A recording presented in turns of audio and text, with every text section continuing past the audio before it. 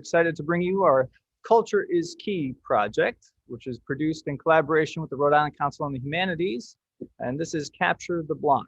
This is a production that we've been working on with Ana González, a local journalist with Rhode Island Public Radio, or the Public's Radio, excuse me, and producer of Mosaic. So, hi, Ana. How are you? Hey, Josh. I'm good. How are you? Good, thanks. Good.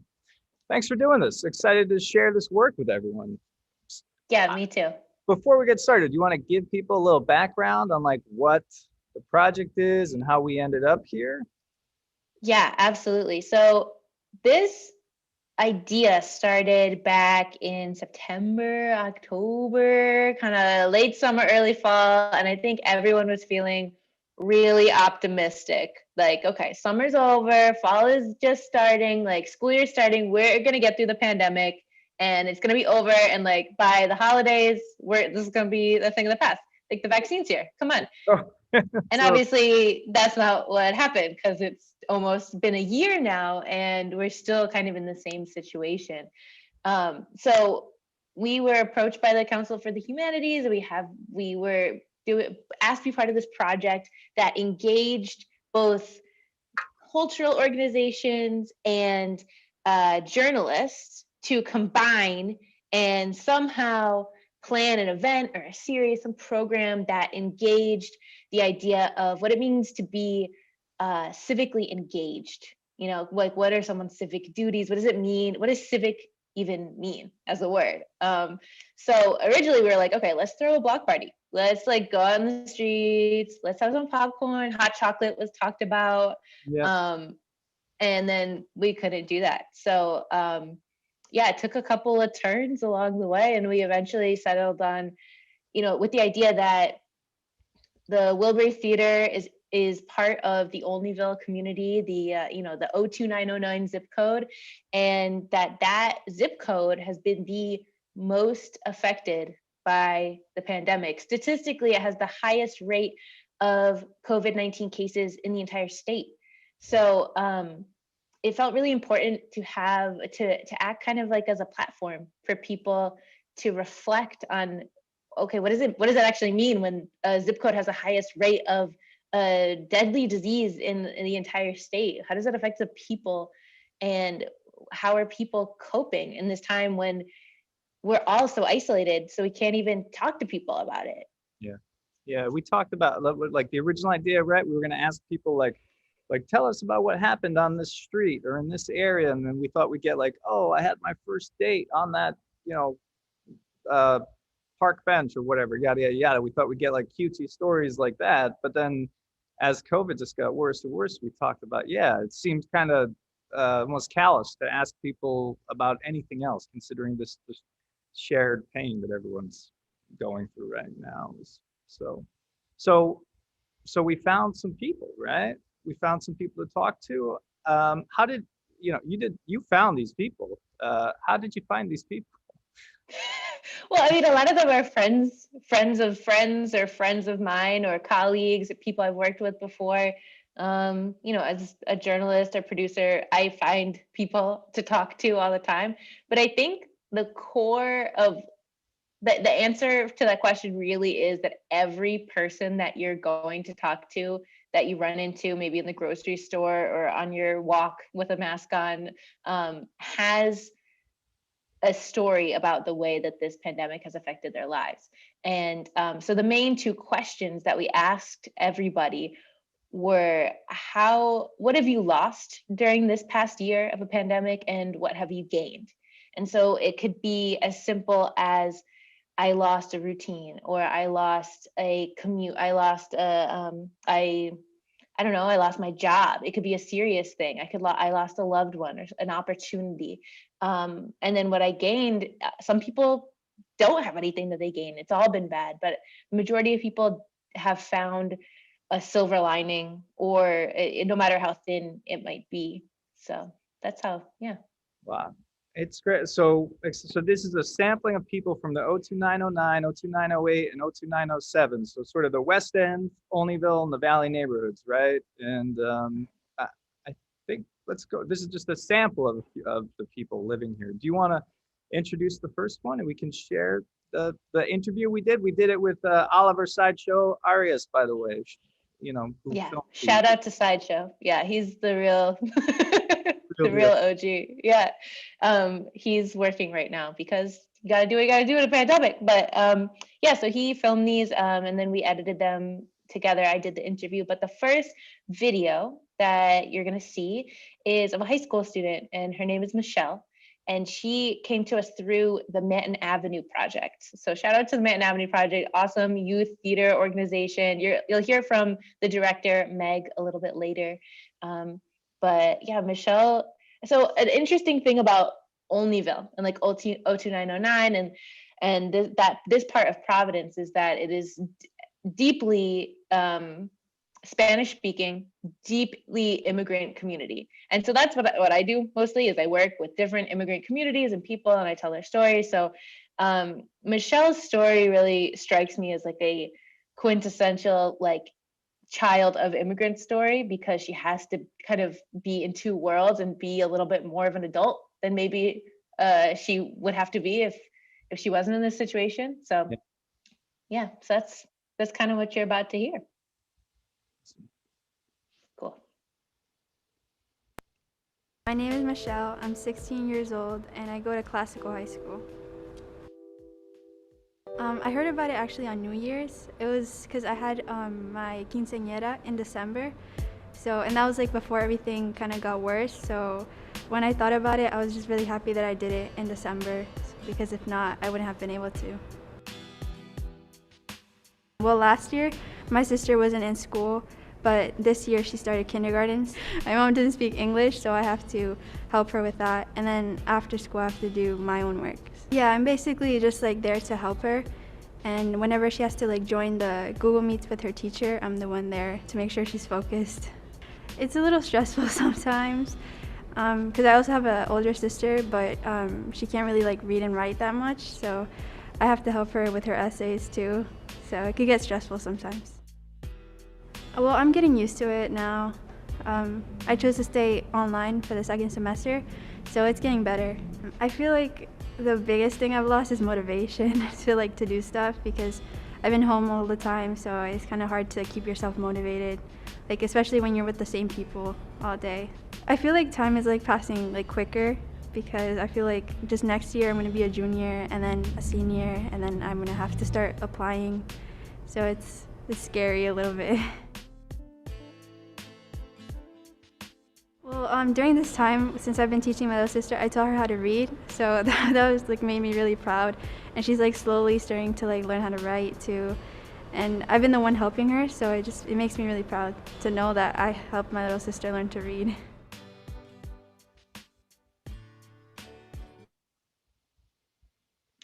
So that was Michelle, and she's a high school student. And coming up, we're going to hear from Cindy, who is a working mom of two, and she lives in Olneyville. So here is Cindy.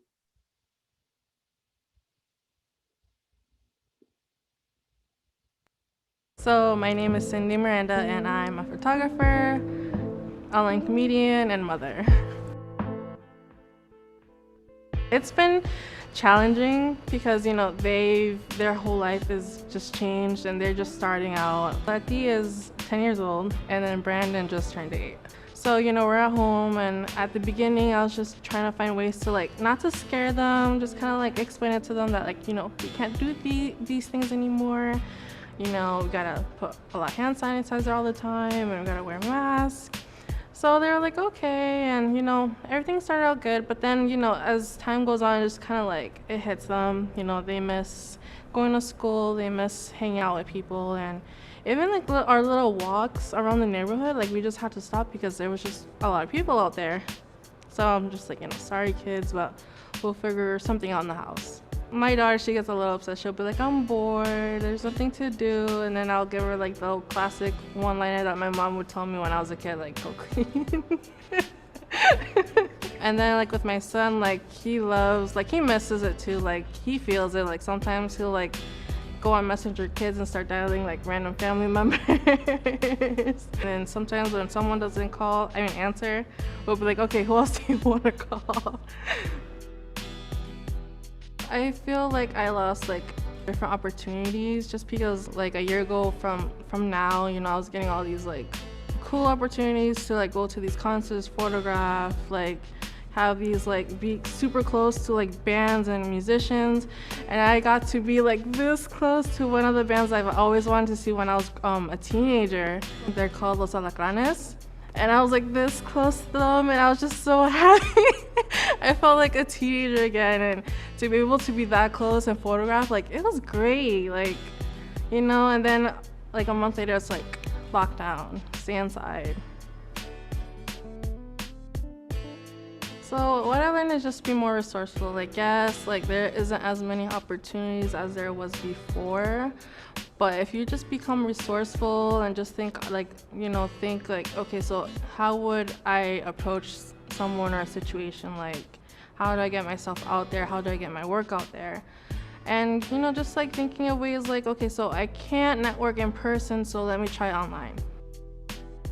So one of the things that I do appreciate in these like weird, difficult times is that I get to spend more time with my kids, because before I was working at this like travel company based out of Southeast Asia, so my schedule was just like weird. Like by the time I got home, like it was time for the kids to go to sleep, so they spent more time, you know, with their sitter versus like at home with me. So now I get to like, you know, slow down. I get to like cook more at home, spend more time with them, versus before like only like I get to see them when it's like my break or in the morning. So I appreciate that.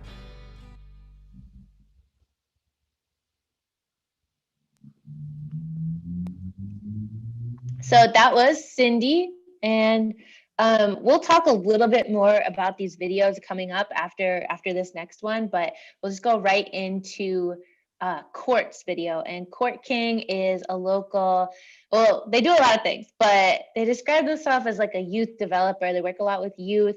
They're an activist, and I don't want to quote them incorrectly, but I believe they describe their art as softening and re-softening Black and brown children in the city of Providence. So here is Court's. So I am already like 97% anxiety. And so I don't need a pandemic to be coming out of my skin. So when it first started being talked about, I think American white people are always like really slow to get nervous about anything. And so at the time I was working for the city, and a few of the events that I was scheduled for got canceled. So I was supposed to go to Cali to speak at a conference. They canceled that. I was supposed to go to Cleveland for my first art show. They canceled that. And then the city was like, okay, we're gonna go home on a Friday. And then I never went back. So that was really interesting to just like try to figure out how to stay calm. And then I feel like I was asleep for like the first 3 months of the pandemic. Like, I have no idea what happened from March to May of last year. And so by the time I woke up, it was like June. I think to be Black in America is to always be in a constant state of protest. And so a set of protests this summer is no different than a set of protests last summer, the summer before that, the protest of '64. Black people are always protesting, so that part didn't feel strange. What felt strange to me was watching white people be at home, realizing that a thing that had been happening was actually happening. Only privilege allows you to live in 2020 and not know what the fuck is happening in your neighborhood, city, state, country. And so that part was really strange, to watch people both slow down their lives to watch these protests and feel really angry about these 8 minutes, when those 8 minutes look very much like the rest of the 8-minute segments of this country's history. But to be like locked in the house for it was scary. So like trying to make a decision. Do I want to go to a protest and possibly, you know, get coronavirus? Do I want to not go? Will it matter if I go? Will this change anything? Will anything actually happen? And so I mostly stayed at home for safety reasons, and that feels like a never-ending choice to make. Like, if I leave this house, will I get sick? Will I get somebody sick? I think that that's the biggest thing that I have lost in all this, is my sense of community. And so being able to go out and see people and be around the kids that I work with and being around my community has been taken. And so lots of my interactions are through Zoom and FaceTime and social media. And they're great. I love them. I loved them more when they were an option as opposed to the only way in which I could communicate. But there is nothing that is going to replace hugs or watching my friends dance on the dance floor or seeing my like nieces and nephew. There's nothing that's gonna replace like random hookups from Tinder. There's nothing that's gonna replace like going to Julian's on Broadway and like eating with my friends. So I think that we've done what we can to try to craft something different, but I had a really good life. I had a life that I loved. And so it is an interesting thing to try to recreate that in what feels like The Sims. Feels very much like The Sims out here. And I don't like video games. And so I'm having like a tough time. And I think that the longer it goes, the more that I'm like, okay, well, I will settle into this. I will get used to this. I will like figure out a way to ride this wave. And it will soon be March. And I feel like I still don't have a surfboard. And I'm like, it would be nice to have settled into something. I find myself still waiting to figure out like what's happening and what we're gonna do. It has not been without a fight to be here on February. What day is it? Who knows? Time is not even real in the pandemic, right? You just like keep showing up wherever. I know what time it is because on Sundays I still get sad. I still get the Sunday sads and birthdays, but otherwise time is like not real. And so I'm looking forward to when I can put things on my calendar that make time real again. And when my health is not so steeped in staying alive, I'm like excited to go back to like thriving. And so like that's my dream for the end of the pandemic. And I think that that's probably the last thing that I want to say.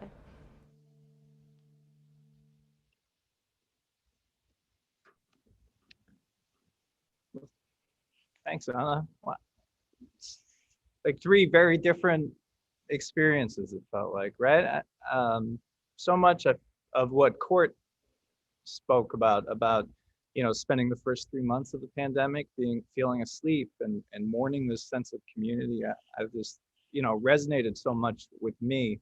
And then I also, I mean, for Cindy as a mom, trying to deal both being happy about spending more time with her kids, like seeing the bright side of that, I can totally identify with that feeling.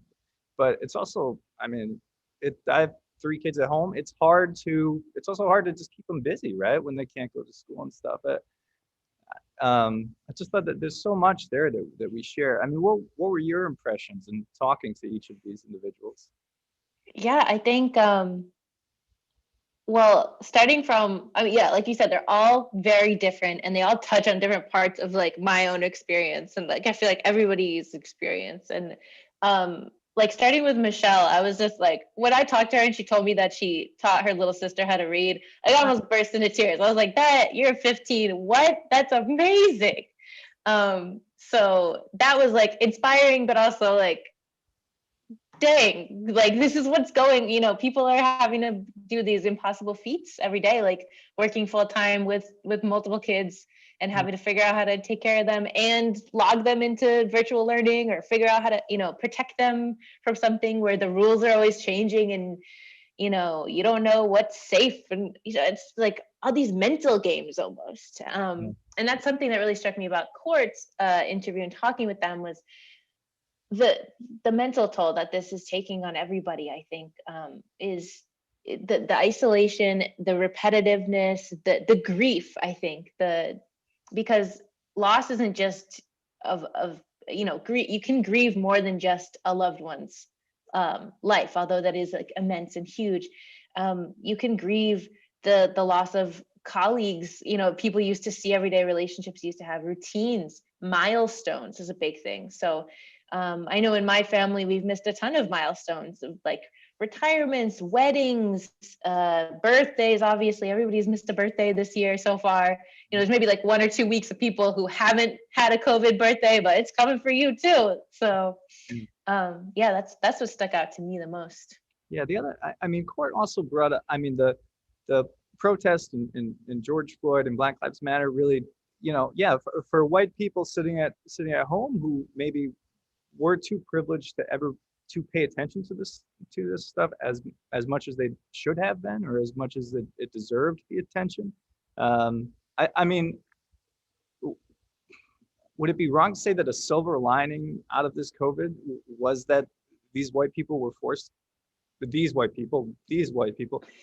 sit at home and really consider these things for the first time? Like, if it's a silver lining, it's extremely thin. But I would say, help me. Well, yeah, okay, no, I think you're right. I think it provided an opportunity that, for better or worse, for people who had never ever engaged with that line of thinking, with any sort of activism, without realizing there's a need for speaking up or speaking out, or not speaking up, not speaking out, silencing yourself, actually, so that people who are actually living through these experiences are speaking more loudly than you are. I think that's the most important thing, and a nuance that seemed different this time around, that people were getting more because they had that time to think, okay, if I post about this on social media, this is just another white person, this is just another non-Black person talking about an issue I haven't experienced, and that's not helping. It's like drowning someone when you should be saving them, yeah. Yeah. What about your interview process? Or when we first started on this process, and they Rhode Island Council for Humanities approached Wilbury and said, "Oh, we want you to work with a journalist and create something that shows civic engagement."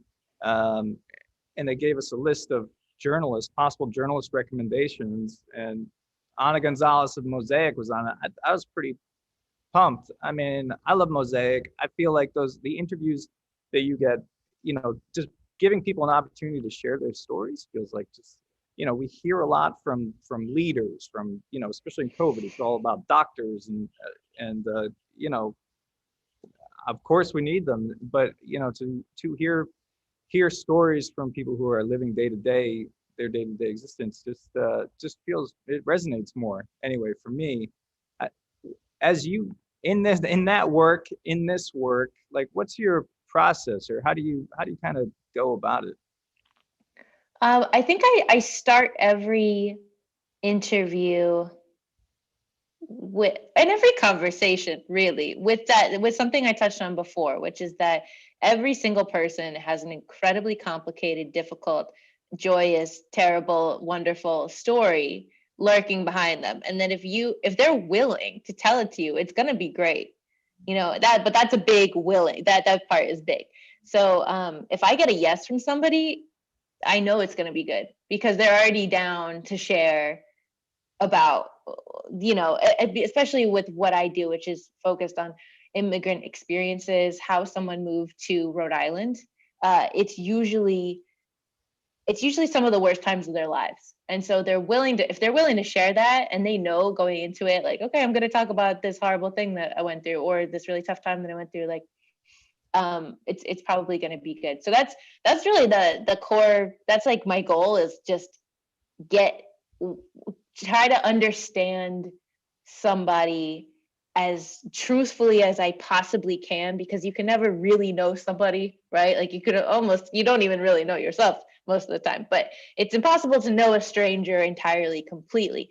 But try to get some sort of truth that resonates with people, and hopefully creates empathy, creates a more nuanced understanding of the communities that we live in, and just the place that the place that we live in, like what we're built on. Because a lot of these stories have to do with history, like local history that somehow connects to like international, global history, and like things you never even knew.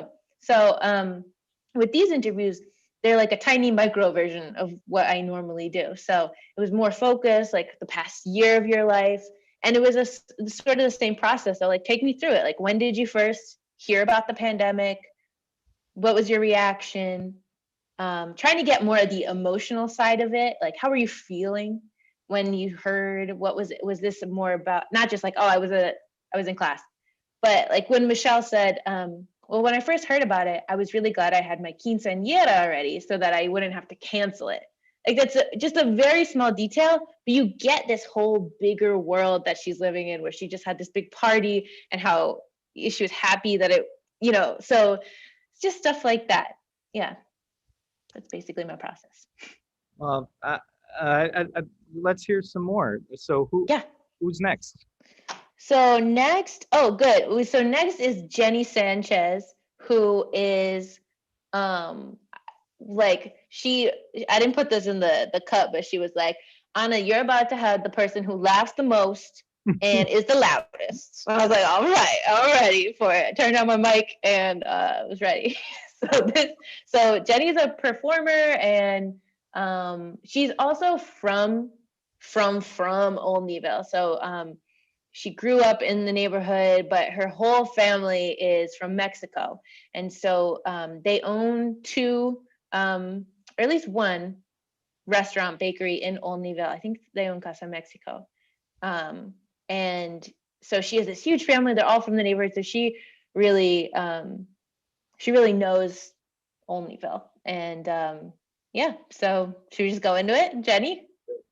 All right, cool. Here's Jenny. My name is Jennifer Sanchez. I am a performer, a teaching artist, and a life learner. So I went to school at William LeBate, which is in Olneyville area. It's so weird because Providence is so small. So like, I've been everywhere, but I was raised around that area. I call it very humble. A lot of immigrant families. Most of them, I want to say, most of my friends that are from there, most of the parents were like first generation, didn't know English. English was not their first language. Like, if you wanted to travel and you say you want to like visit Guatemala and Mexico and Salvador, I feel like that's like the community. The first time I heard about it, so I went to see my family and we had a party. Well, they had the party, and we were all dancing, and it was at the bar, like there was the news that saying, oh, there's the coronavirus. And oh my gosh, I couldn't stop laughing because my uncles, they were all drinking Coronas. Oh yeah, we're drinking Corona. We might not get it because we're drinking this beer. Like, I don't know, we were just making fun of it, which it didn't get funny afterwards. But in the moment, we just didn't really believe it. We were like, yeah, nothing's gonna happen to us or anything. But shortly after, I was working as a substitute teacher in Pawtucket. And for me, because I was being aware of the news and everything, I was a little concerned. I was like, oh shoot, I should bring hand sanitizer. And slowly but surely, I kept getting called. The kids, they find out quickly, and they were saying like, oh, I think the teacher has that virus that's spreading around. It wasn't until like people from where we're from Mexico and New York, like when they find out they started passing away, that's when it hit my parents and everybody in our family, like, this is real. Like, it's not, no es mentira, es de verdad. I miss that being with, like, sharing, laughing, hearing people's stories, just feeling part of like something, a community. Like, yeah, online is really nice, but for me, maybe I'm old school, but maybe I'm not. But I think it's because I'm human. I think we're all human, and we like to feel like people are around. Like, I kept telling this to someone, like, I miss smelling your pupusa sweater. Like, it's not the same, you know what I mean? Like, when you go on your phone, it's like, I can't smell anything. Like, it's just like, you can see the emoji, but you can't taste it, you can't smell it. So that's something that I miss a lot. Because there was less things to be focusing on everyone's life. people were able to see what was really happening, especially race. Like my parents, they were like, what is going on? Why are these protests happening here in Providence? So for me, it was like, it's about time finally. This is my time to explain to them. So I remember when, like the beginning of all that, like I was like, hey, creo que tenemos que cada domingo venir juntos a hablar de lo que está pasando. And again, we're not perfect, like, well, life came out of nowhere, but that's something that I'm grateful, and I think that we gain as a family is be more aware, like, about the injustices that are happening. So that's wisdom. Wisdom is something that I hoped we all gain. Well, I hoped I gained from it.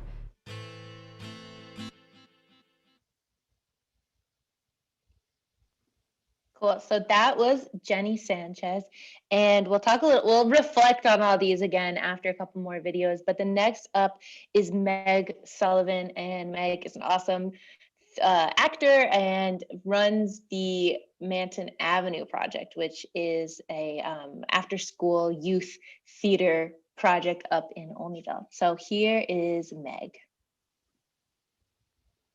My name is Meg Sullivan, and I'm the executive artistic director of the Manton Avenue Project. We shut everything down right away, but I think there was a part of me at the time that thought it would only be for a couple of weeks. So I was thinking, oh, okay, they're gonna figure this out. Somebody's gonna figure it out. Scientists are gonna figure it out really fast. And we're gonna be able to go back. I think the day that I realized it was going to be more serious and more long-term, I don't remember actually what the date was, but I made like a really, really makeshift crappy mask that I just made out of like anything I could find at home. And I made it really fast, and I made one for my mom. It felt like I was in some sort of strange survival mode that I was not expecting to be in. I think that was the moment where I thought, oh, this is really changed. Things are changing. We're gonna need to start wearing masks. And we probably should have been wearing masks. And then it all changed. We were taking a lot of walks to stay sane and just walk for like 3 hours a day because we couldn't really do anything else. And I felt like it was the only thing with the kid because I didn't want to take her to the playground, and so we were taking a lot of walks. It was very surreal just walking around and not feeling like I could be friendly to people in the way that I tend to be in my life, the way that I want to be, and feeling like we didn't know what it all was going to mean and who could potentially be making us sick. And I have an elderly, which is a terrible word because she's not. She's like an incredibly vibrant woman, but she's in her late 70s. It's my mom, and so I have to be aware of that all the time. And I think a lot of my fear has come from knowing that I want to be able to be around her, and I want my daughter to be around her. And there's a lot of stuff we can't do. There's two giant things that have been, to me, the most important takeaways of this whole thing. I mean, there's a lot of important takeaways, but the value of the people in my life. So my students, how much I've missed them, and the time that we've had together as a group in the clubhouse, in each other's presence, doing theater together, being together as humans. When that is gone, it went away, and then this extended period of not having that presence, I just really appreciate the time that we've had before. I mean, when we first had to start thinking about having class online and doing shows online, I mean, it was really weird and scary and hard. And now I think about, okay, well, we've done some cool stuff, and there's a sense of creativity that comes when you're like forced into a box. And that is something I think is really important to remember, that we're all really resilient and that we can figure it out if we're faced with something really challenging. I mean, I really just can't wait to have a big party. I think about it all the time. Just a big gathering with everybody there. Just hanging out and being really close to each other and talking and dancing, and that's what I keep thinking about. That's where I am now. I'm just really tired of this. I'm ready for a big party. And there's a lot that I'm angry about, and I probably didn't express that. But I feel like if I talk about that, I'm gonna burst into tears. So that might be all I can do right now.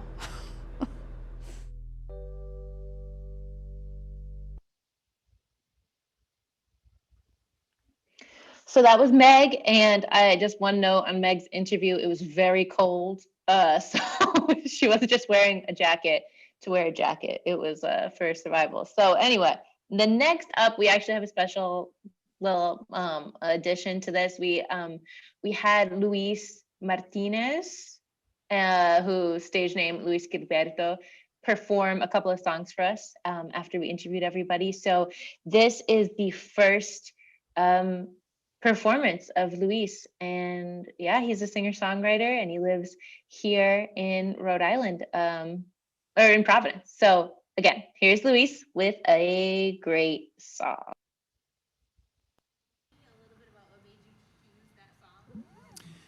Well, I've been learning this beautiful song, Rocio. It's a fantastic singer, and it's so blue, it's so hopeless, and gives you hope at the same time. So it's like, it's maybe what's happening right now. So yeah, so Josh asked me about something like that, you know, and I was like, oh yeah, this song is so beautiful and simple, but it's so expressive, and that's why.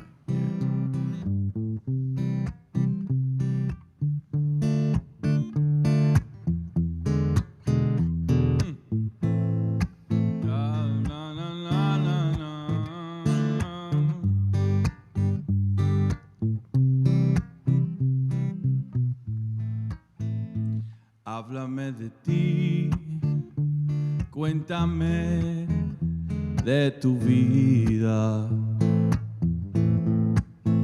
Sabes tú muy bien que yo estoy convencido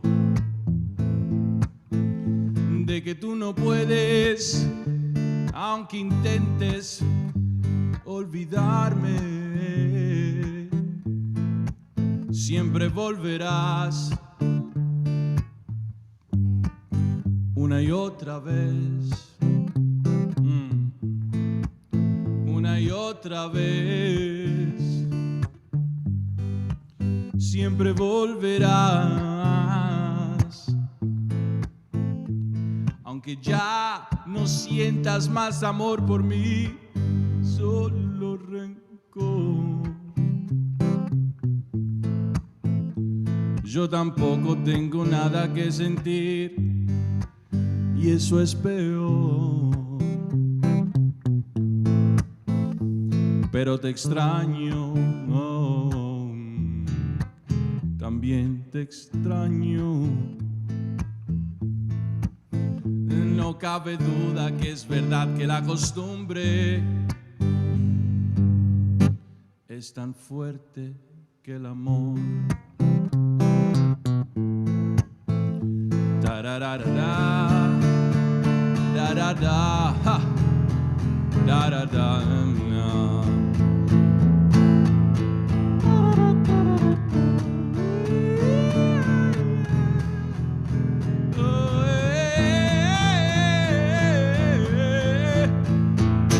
Háblame de ti, cuéntame de tu vida.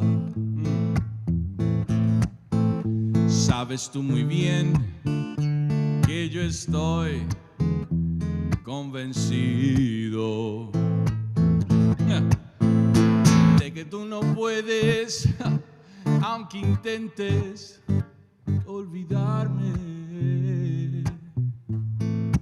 siempre volverás. Una y otra vez, una y otra vez, siempre volverás. Aunque ya no sientas más amor por mí, solo rencor. Yo tampoco tengo nada que sentir, y eso es peor. Pero te extraño, también te extraño. No cabe duda que es verdad que la costumbre es tan fuerte que el amor.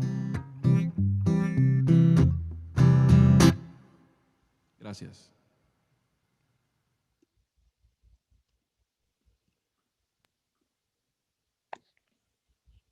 That's our guy. Love Luis Gilberto. I just think he's the coolest. And the mouth trumpet. Oh man. What is that song? Anna, can you tell me sort of what that song is about? Or Sure, it's a love song. So the title is Háblame de ti, like tell me about yourself. Tell me it basically like I miss you, tell me about yourself. Nothing's as strong as love, kind of just it's a feeling of like being apart from somebody that you love and just like wanting to talk to them, and nothing is as good as being with them. And so I think it's really, really accurate for I think a lot of us are feeling, whether it's like romantic relationship or just like, I don't know, like your local barista that you really wish you could like see without their mask for the first time in a year. Yeah. Or just sitting at Julian's, like Court said. I mean, just things like that. Yeah. Yeah, or dancing with your friends. Oh my God, when Court said that, I was like, yeah, that's yeah. And when Meg was like, I just want everyone to be really close. I want to have a party. I miss it so much, and I'm tired of this. This is a tiring thing that we're in the middle of. Yeah. I mean, some of the stuff that what Jenny said about how, I think Jenny and Meg both spoke about how, you know, when this started, we all thought that it was going to be over in a few weeks. You know, we had a show going on at the theater at the time. We had to close it. And I remember emailing the cast and saying, oh, yeah, well, hopefully, you know, we'll come back. We'll do the last weekend of it. I'll be in touch in a couple of days once we, you know, I think we all just kind of thought like, well, this can't go on very long, you know. And, I don't know. Yeah, no, I remember like then President Trump giving a national emergency statement on a Friday, and at work being I normally don't do news stuff. I do this like special long form journalism, but my editor is like, we're gonna pull you in on this. And I was like, oh, this is serious. Maybe just one story. Maybe I'll just do one story. And then it was like 2 months, hardcore COVID reporting. It basically until June, like doing that a lot of the time. And yeah, I never went back to the office. Like, you know, just like Court said too, like, you know, on a Friday, they closed down, never went back. Still hasn't been back. Yeah. What else kind of, something that stood out to me. So we were talking about the idea of race and how it's just white people who have been ignorant. Oh, yeah. But when talking like in Jenny's interview, bringing up like that her parents being immigrants to the country, really not speaking English in their daily lives that much and being disconnected, I think, from like mainstream American issues, never really understood or like really thought about race relations in America because they're different in every country, right? But Jenny being like, this is my time, I can teach my, and what she said in Spanish was, I think we need to sit down every Sunday together and talk about what's happening. And so she started doing this routine where every Sunday, her and her parents would talk about the state of race in America, basically. And I thought that was a really cool thing for her to be able to do, and for her parents to be able to hear her. Yeah, me too. Yeah. Yeah, I also, I mean, what Meg, you know, Meg spoke about missing her students so much. And I know, you know, the Manhattan Avenue Project does such incredible work. And Meg is such an incredible individual and so great at what she does. And the impact that program has on the students that participate in it is so great. I felt for her too when she spoke about, both missing that, and I can't help but think about all the students that missed out on that program last year. But it's just, Yeah. I was gonna say too, how much we're all missing out on live performance. It's not just performers, but like being able, like when we filmed Louise performing, it was like a breath of fresh air that I had not experienced in so long. Just like being able to listen to someone playing music and in person and feel what that's like to be in the audience and not just like watching a show or a music video. It's so different. Yeah, I don't know how you feel about like losing that aspect of life, like the cultural just engagement. I feel terrible about it. I mean, I think that, it's the sense. I know a few people, Meg and Court and almost everyone has mentioned this loss of a sense of community, and the idea of, of sitting and with a room full of strangers and experiencing this, event that will only happen this one time, experiencing that all together, I just think is like an incredibly magical thing. I mean, you generate community somehow, with these performances. And I just think that like it's not having that is, I think it's hard to articulate that loss, that what we don't miss, we say we miss going to the theater or we miss like being on stage or that sort of thing. But, I think some of these people really articulate that it's that loss of community, that shared experience that is really hurting. And I think that, when we first talked about this project or this new direction, this idea, again, we went from like a carnival idea where it was like, oh yeah, we'll have performances and yada, yada, yada. And then we went to, well, we'll create this opportunity for people to share their experiences. And I think that like the theater, hopefully this, creates an opportunity for empathy and compassion. And it also, I think theater is about storytelling, and it gives the opportunity for these stories to be told. And that feels very much in mission with the Wilbury Group. And I'm glad that we found that middle ground with you as a journalist too for this. Yeah, I think that's entirely what I want to be doing with a platform that I have. And I think a lot of times, like you said earlier, when we're in a crisis, we tend to look at leaders and we look at people who are already in the spotlight, people who are experts and people who are from big universities and have fancy degrees. But it is important and we need that information, but we need more than maybe we think to connect with people, to get a sense of reality, to get a sense of like, you don't really have to worry about this. You should actually be worried about this, or just kind of make some jokes and sing some songs and remind each other that we are resilient and that if we can get through this, and we will get through this, we can get through anything. And we're already surviving.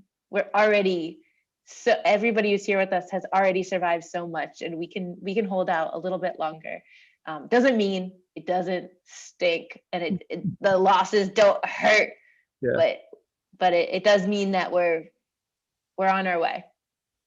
Yeah, I couldn't agree more. Beautifully said. Can we talk about civic engagement for a sec? Because we're running a little bit ahead of schedule, and I know that the Rhode Island Council for the Humanities would love it if we talked a little bit about civic engagement. Sure. Do you have a place where you'd like to start? Okay, great. So the idea of this project, from the Council for the Humanities, and a bunch of different organizations are participating. It's not just the Wilbury Group. We have Newport Film Festival is participating, Pushed Learning and Media, which Oliver Arias is a part of, the Tamaquag Museum. Missing maybe one more. We'll remember it. I'll look it up while you talk about. Yeah. So these are some of the key or cultural engaged organizations in the state of Rhode Island. Did you figure out the other one? It's the Providence Public Library. Providence Public Library, Or- Christina, Janae, yeah, okay. So we're all being tasked with this idea to create programming, whatever that means, that engages the idea of the civic. And so for me, that's the place where I started understanding what we were supposed to do, was understanding what the word civic means. And in English, I think it means basically how you engage with where you live. It goes beyond what we learn in high school, public high school education, where it's like voting, knowing the constitutional rights that you have. Those are definitely part of it. But it also goes so far as like, how do you take care of your neighbors? How do you take care of where you live? Have you planted any trees? Do you care about just being considerate, and caring for something also means fighting for it, and speaking out when something is unjust or unfair. And but it also means holding people accountable. So if you see that your parents are doing something that you don't agree with, or if you see that you don't know what something means, or don't understand what's going on, you ask people and you listen and you respond and you grow. So all of that kind of bundled together creates civic engagement and creates a community. So through that logic, I kind of equate community building and community engagement with civic engagement, because without the people, there ain't no government. Like, who are you governing? So that's why it's something like this, this project, even though it's tiny compared to how many people live in Rhode Island and how many people live in the United States, it's a start, and it's a place where we can start to have conversations that engage community and therefore engage the idea of the civic. Yeah, and I think coming out of this too, I hope this project, reminds people that they're part of a community. I think that when I think of civic engagement, I think of like beach cleanups, or like, let's organize a neighborhood watch or trash cleanup or something like that. And I know when we started this project, actually back in September, we were working with One Neighborhood Builders, and they have their coming up on the referendum coming up. What is the date on that? I think it's March 2nd. Yeah. So on March 2nd, so they, we're gonna help them advocate for the bonds for housing, to build housing and to renovate housing in the Olneyville area, which I hope people will still go vote for that. And but that seemed like a very straightforward approach to it. And when we moved away from that project, I think, in our discussions about, okay, well, what does civic engagement mean if we're not, I think to remind people that they're part of a community, to ask people how they participate in that community. And even if that answer is, well, I don't participate because what's happening right now in our community is so tragic, that I feel like there's great value in that, in sharing those stories. Absolutely. And speaking of one, you just told me about this campaign that's going around that One Neighborhood Builder started to get more vaccinations in the 02909 area code, since it is the most, has the highest rate of COVID infections in the state, right? Yeah. So One Neighborhood, Jennifer Hawkins at One Neighborhood Builders organized this, has petitioned the Rhode Island COVID response, and they're asking for them to focus the vaccinations on the 02909, 02908, and 02907 zip codes, which, just like they did earlier this year in Central Falls, because those areas have been hit so hard by COVID this year. I'm not sure people even know that. Probably when they think of Olneyville or the area, maybe they think of the, beautiful Waterfire Arts Center, or, the Olneyville Wieners or something like that. But I think this isn't, what was the percentage of people who have been affected by COVID? Didn't you have that statistic? I have the stat somewhere. I know it's the highest in the state. Yeah, and I think because we often think of it like by town basis, we don't think of like zip codes or areas within a city. But I think it's really important that we recognize where the disparity is among, and it is along zip code. It is along, red line districts where we see the disparity, the inequity in access to not only information, but actual medical care and things that will help people in a very immediate and real physical way. And so that's been a really challenging thing, I think, for the neighborhood. And I do want to say another shout out to One Neighborhood Builders, the campaign earlier in the year to get Wi-Fi throughout Olneyville. Yeah.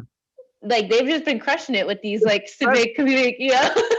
So, and that's the kind of what Meg said in her video. With it, like when we're forced into a box, our creativity can get even more, can just go through the roof, because creativity is a survival skill. So the way that the community has been adapting and advocating for itself and getting the things that it needs, despite being ignored by certain government officials and other people who aren't living there, I think has been really incredible. Yeah, really inspiring. Thanks, Anna. Well, let's hear a few more. I just want to remind people that this is part of the Rhode Island Council for the Humanities Culture is Key initiative, and it's a program that's been supported by the Andrew Mellon Foundation and the Rhode Island Foundation, and we're very grateful at the Wilbury Group to be part of that. So who do we have coming up next, Anna? So we have just 3 more little videos. The first one is a high school student named Kaylee, who is also part of the Manton Avenue project. And then we'll have 2 more after that. So yeah, this is Kaylee and she's great. We'll just let the video speak for itself. Okay, so my name is Kaylee. I'm 15 years old. Currently, I'm in Virtual Academy. So I heard about it in January, but it was like, so I heard one teacher mention it, but like for me, like it was nothing because I didn't know what it was. Like I wasn't informed about anything of what it was, or I didn't even know it was, I thought it was just like a cold and then, you know, when they closed schools, I heard about, you know, all the cases going up and the numbers, you know, rising and people dying. So it's like, I wasn't like scared, but I was like, I was in shock.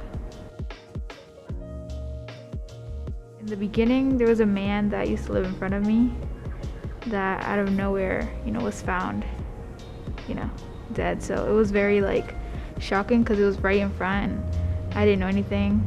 And then some people along. Recently, I've lost a family member that was in coma for 2 weeks because of the virus. So he just passed away. So it's been honestly chaotic because I never thought, you know, that they would go now, you know. My dad has, he doesn't work. He has 4 screws in his back. So he stays at home and he's like the mom, I guess, because he cooks, he cleans and washes, whatever. Maybe he says, you know, it could hit him harder, so because of his age. So he's very like, he's always scared, which hurts me because I don't want him to be scared at all. And my mom also, you know, they do take precautions in her factory because, like I said, they test her like every week. But it's also been hard for her because she doesn't like it. Like the testing is awful, but you know, every day she comes home and, you know, she's just worried, oh, maybe I could get it or anything. Or just that risk and knowing is kind of like someone in your back, you know? Yeah, it has taken a little toll on me. Sometimes I can't even go out and it's like a lot since I'm an only child. So I have gotten like sad a couple of times because there's nobody to really talk to like that really gets me. Because obviously I could talk to my parents, but it's not the same as someone around my age. So it has, but at the same time, you know, I have to deal with it and, you know, like everybody else. You know, if it's bad for me, it's probably worse for someone else. So I shouldn't really like get down about something if anybody, you know, because anybody could be losing their father, their sister.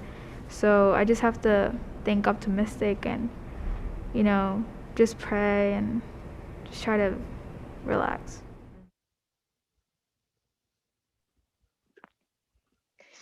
So that was Kaylee, another high school student who is part of the Manhattan Avenue project.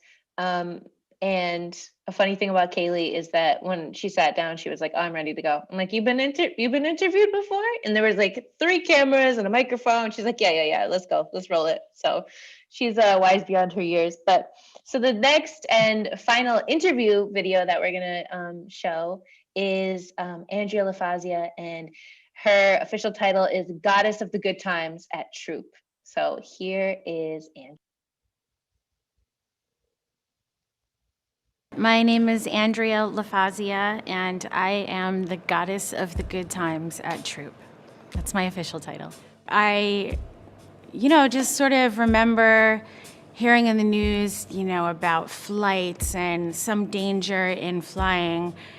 And we were sort of considering, like, oh, do we need to adjust the way we're doing things for events right now? And then it feels like now, just one day, we were like, and done, shut it all down. And we had no idea that it was going to be going on for what seems like forever now. My job is to organize events with generally large numbers of people, whether it's a graduation party or a block party for the city. That's what I do. And so there definitely was this immediate sense of like, how do I find my purpose and what is my use here anymore? Luckily, Troop is, we're small and a really tight-knit family, and we're ridiculously communicative. And so the conversation started and was very open between all of us very immediately. So I felt and feel fortunate that I never felt isolated in my personal, professional, or like more global fears, because Troop always made a point of saying, okay, what do we do? Where are we at? How do you guys feel? Because the thing was new to everybody. So even leadership couldn't pretend to have an idea of the next steps. And I think that is what made the leadership at Troop so strong, because it was immediately, we were all in this pool of confusion and not knowing. And we were very honest about wading through the pool together. I remember in the beginning when Waterfire was doing the Beacon of Hope, and my son and I would watch it together every night. And it would make me so emotional. They would light the candles and I would just cry. And I felt this particular pull to figure out like some kind of a legacy, that we could leave as a family. Like, how are we gonna change as people and as a family? How is I gonna make my child understand that people were losing things, and that while we were locked up and he felt he was losing everything, all of his freedom, people were losing so much.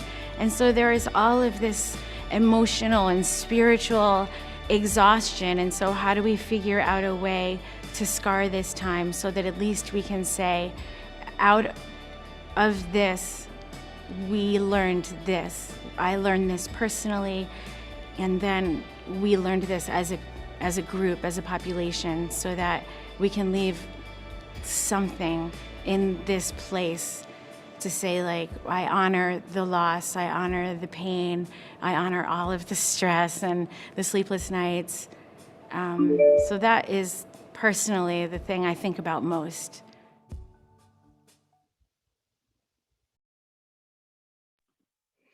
So just one more video over here. We have our friend Louise coming back to play us a song. We'll let Louise take it from here.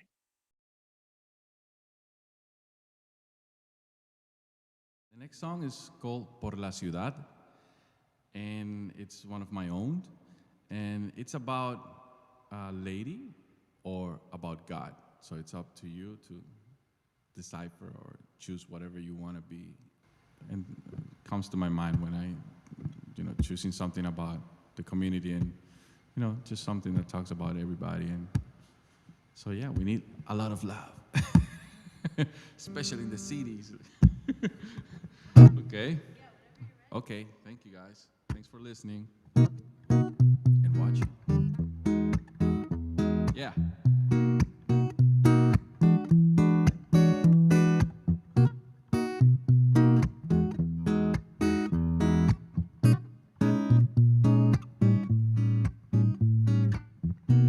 Se escucha tu voz en medio de esta ciudad, y de regreso a casa me cuentas los pasos. Tú eres mi refugio contra el frío y el calor. El hilo bordado en mi camisa, mis sueños y mi almohada. Te llevo dentro porque eres mi soledad y mi compañía. Y cuando me canso de andar por la ciudad, reconozco de una vez que cuando se ama tan profundo, que serenatas nacen de mi voz. Reconozco de una vez que cuando te asomas a la ventana, empieza a florecer mi corazón. Y suelo enamorarme.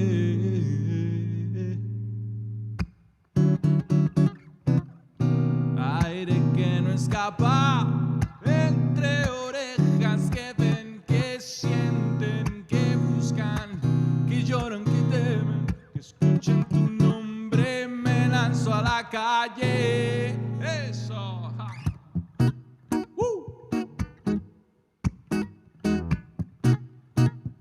Yeah.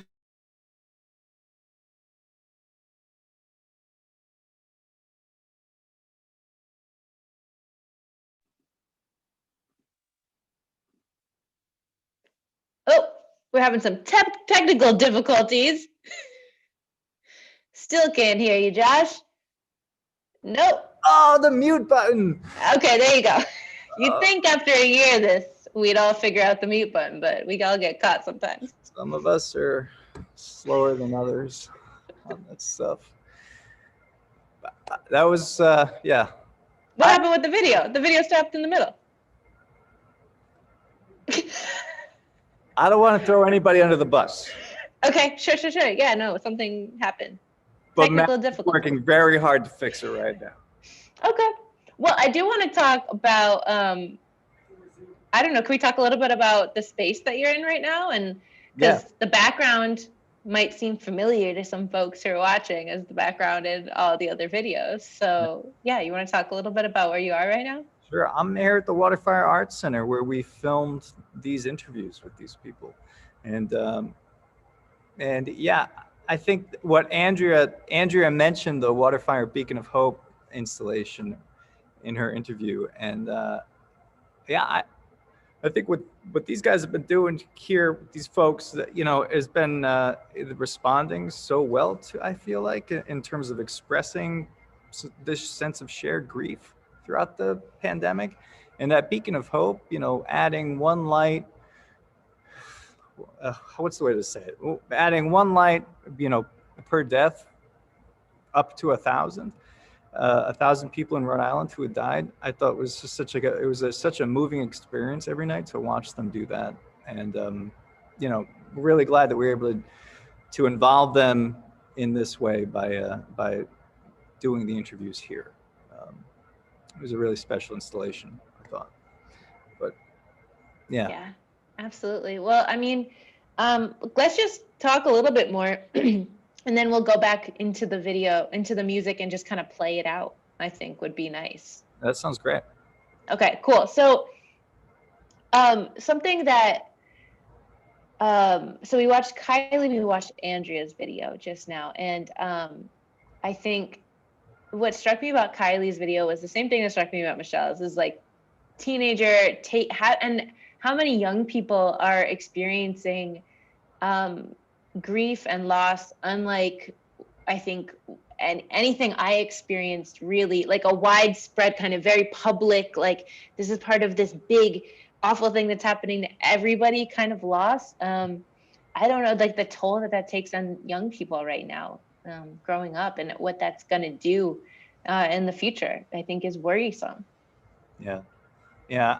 I mean, personally, I'm worried. I mean, my youngest is 5 and he says things like, oh, when the germ thing is over, can we go bowling? And it's just every time it's like, oh, kids, shut up. Don't you know what you're doing to me?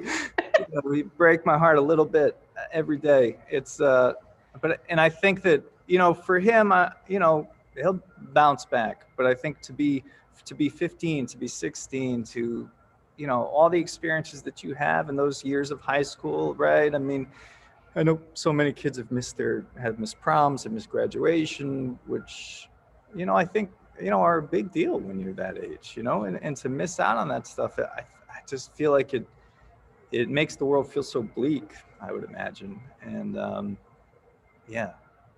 Yeah, definitely. And the, I don't know, I just think about my sister-in-law is 17, just turned 17 during the pandemic, and like, it's her senior year. She's applying to colleges in this pandemic. It's like, how do you plan a future? I think all of us are kind of feeling stuck, but at least when you're an adult, you're not on this timeline of like, okay, well, come May or June, you're getting kicked out the door where you are, and you got to go plan something.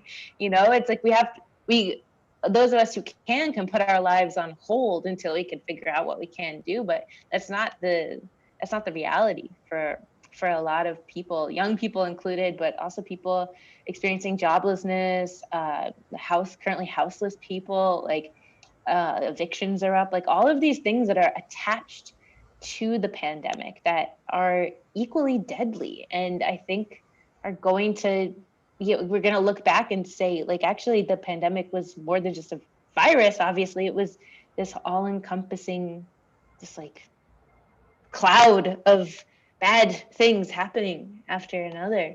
But then Andrea's video it just comes back up and gives us like that little bit of hope that maybe we need.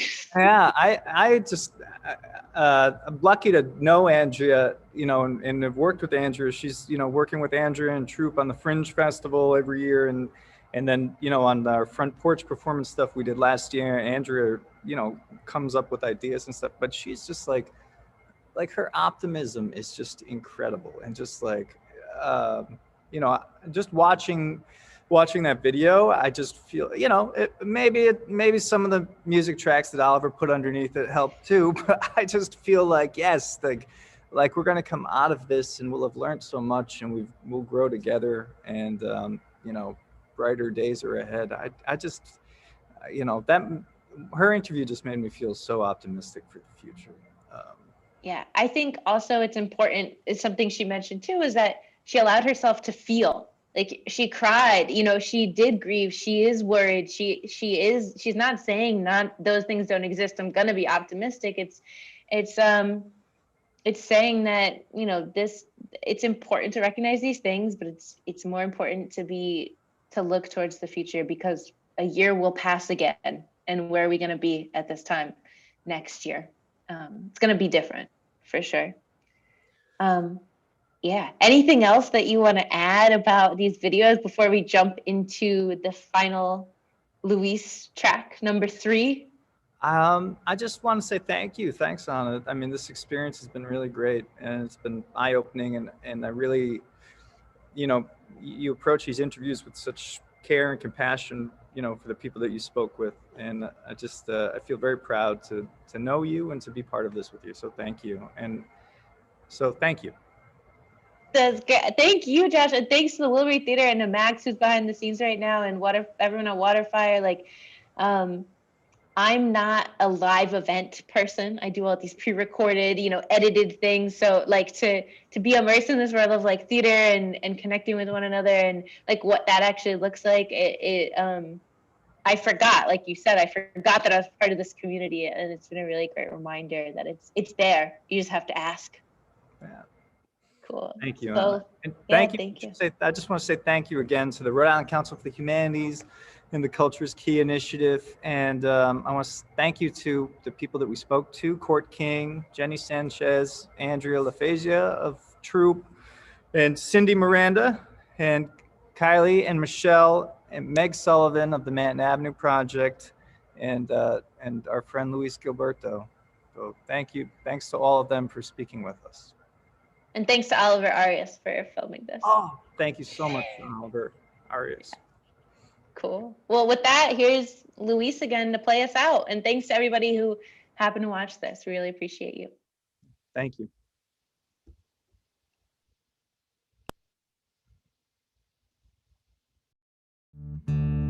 Ok, receta para enamorarte.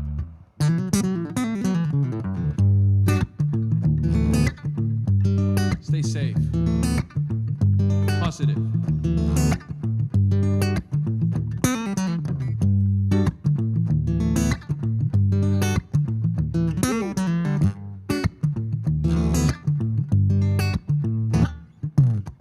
Me dices que no tienes corazón, que nadie te puede querer, que tus caricias tienen un sabor amargo. Me dices que tus labios son de sal, tus brazos de pimienta negra y tus ojos de melancolía. Solo tienes que añadir un poquito de tu ser y dejar que hierva el mal de amor. Le añades besitos al caldo, trocitos de penas y de canela. Lo mueves y le bajas el fuego. Me dices que careces de felicidad, que en tu sonrisa nunca sale el sol y que te hace falta un diente de ajo. Que tienes dedos de zanahoria y uñas de jengibre, palmas de coco, pelos de orégano y mirada resbalosa. Mírame, aquí estoy yo buscando condimentos para amarte. Búscame, quiero saber recetas prohibidas para enamorarte. Mírame, aquí estoy yo buscando condimentos para amarte. Búscame, quiero saber recetas prohibidas para enamorarte, saborearte.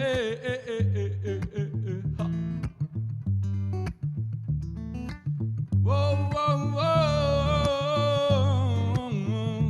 Esibozisto, sacamento, moba danzanate, e kukankieni, e quelanga. Hey, hey, ameklo inapulu, we ainafulu, amaklau lautanol retulotwa. Hey, hey, quiero ser tu cocinero, tu tenedor. Ay, ay, ay, ay, ay, y tus lágrimas saladas. Quiero ser tu cocinero, tu tenedor, tu cuchara, tu cuchillo y tus lágrimas saladas. Mírame, aquí estoy yo buscando condimentos para amarte. Búscame, quiero saber recetas prohibidas para enamorarte. Mírame, aquí estoy yo buscando condimentos para amarte. Búscame, aquí estoy yo buscando condimentos para amarte. Mírame, aquí estoy yo. Búscame, quiero saber eso. Mírame, aquí estoy yo. Búscame, quiero saber recetas prohibidas para enamorarte, saborearte.